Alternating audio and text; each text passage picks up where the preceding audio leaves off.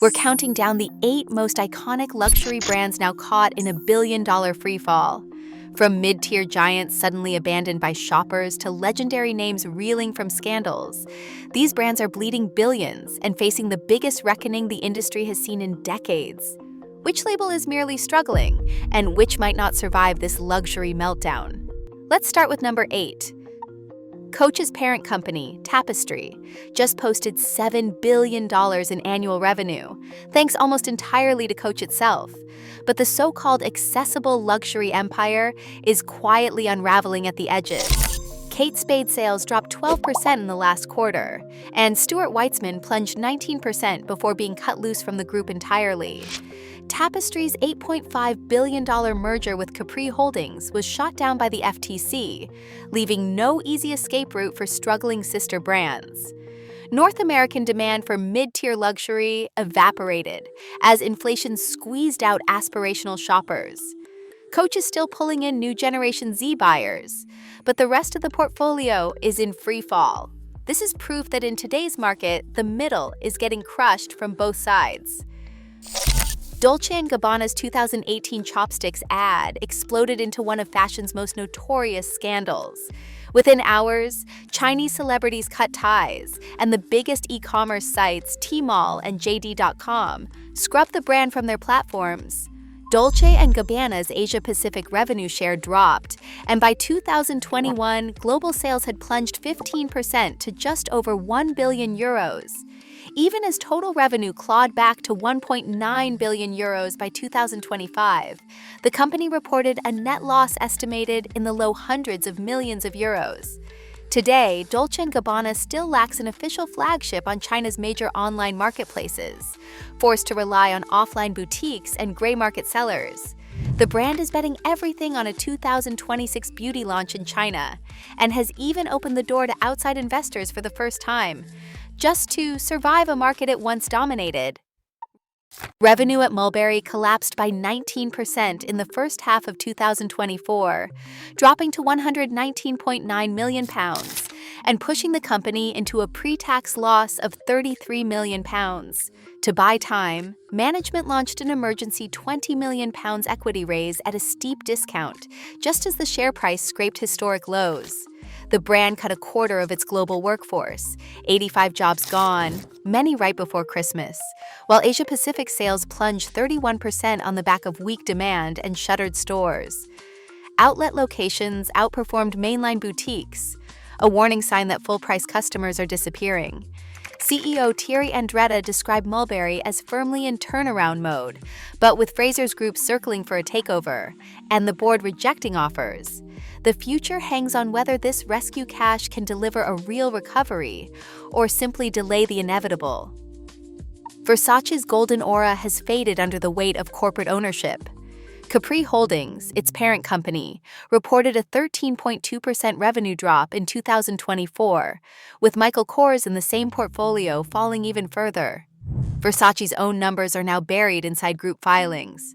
The warning signs are everywhere.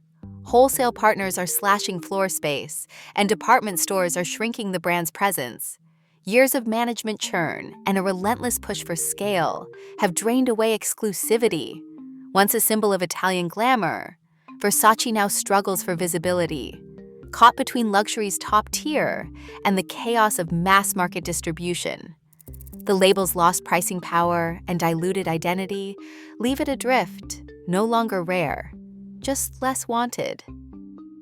Yves Saint Laurent is quietly unraveling inside the Kering empire. Annual revenue fell 12% in 2024, with a bruising 13% drop in the final quarter alone. The wholesale business collapsed by 22% as the brand's pursuit of exclusivity backfired, leaving shelves empty and partners frustrated. There is no scandal to blame, just a steady erosion of demand as collections fail to excite. While Gucci grabs headlines and resources in a desperate bid for recovery, Yves Saint Laurent is left to fend for itself, cannibalized by its own parent's triage strategy. A new chief executive has stepped in, but with Kering's focus elsewhere, Yves Saint Laurent risks becoming the forgotten child, too big to kill, too small to save. This is what creative stagnation looks like when a heritage name is trapped inside a conglomerate's crisis. Burberry's 168-year legacy couldn't prevent a financial bloodbath in 2025. The company swung from a £270 million profit to a £75 million net loss, as revenue plunged 15% to £2.46 billion. In a single year, 1,700 jobs vanished, nearly 1 in 5 employees, while wholesale collapsed 35% and 80 stores shut their doors for good. The board suspended dividends for the first time in recent memory, and net debt ballooned to £278 million, erasing years of cash-rich security.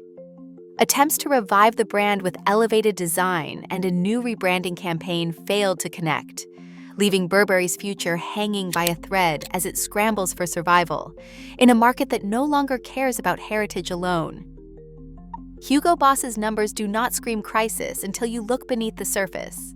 Revenue slipped just 3% in 2024 to €4.2 billion, but operating profit plunged 16% as the company burned through margin to keep sales afloat.